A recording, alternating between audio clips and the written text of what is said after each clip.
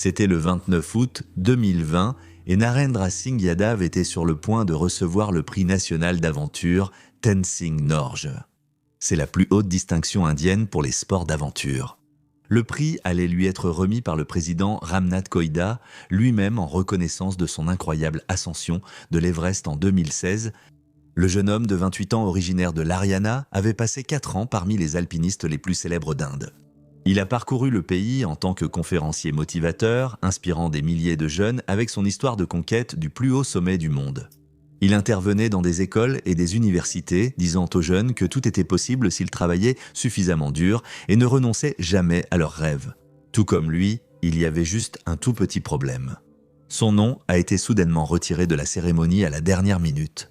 Aucune explication publique n'a été donnée. Le gouvernement l'a simplement retiré discrètement de la liste des lauréats et a espéré que personne ne le remarquerait. Mais en coulisses, la communauté indienne de l'alpinisme était en pleine agitation.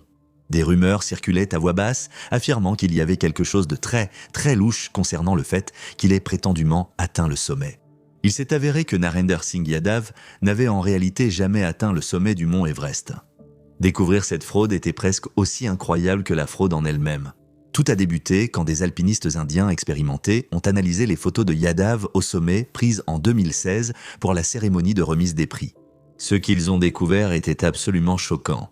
Les photos montraient des signes évidents de manipulation numérique. L'éclairage était incohérent, les ombres ne correspondaient pas. Et le plus accablant, c'est que Yadav semblait avoir été inséré numériquement dans des photos que d'autres alpinistes avaient clairement prises. Mais l'enquête a révélé quelque chose d'encore plus dévastateur que de simples photos truquées. Lorsque les autorités ont commencé à retracer les véritables déplacements de Yadav le 20 mai 2016, elles ont découvert qu'il n'avait même jamais tenté d'atteindre le sommet.